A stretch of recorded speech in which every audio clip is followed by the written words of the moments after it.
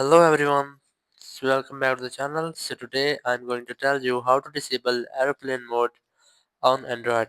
If you have enabled airplane mode and you don't know how to disable it, so just follow these steps. First, just scroll down your status bar and here you can get the option of airplane mode. Just tap on it and now I have successfully disabled it. And if you will not get it here, so you just need to follow these steps.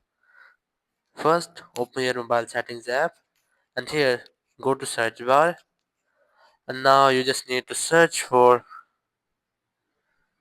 airplane mode. Just search for it and here you can see the setting of airplane mode. I have enabled it, so just tap on it and now I have successfully disabled the airplane mode on my Android phone. So that's how you can disable airplane mode on your phone. Thank you very much for watching the video. Until next video, bye bye.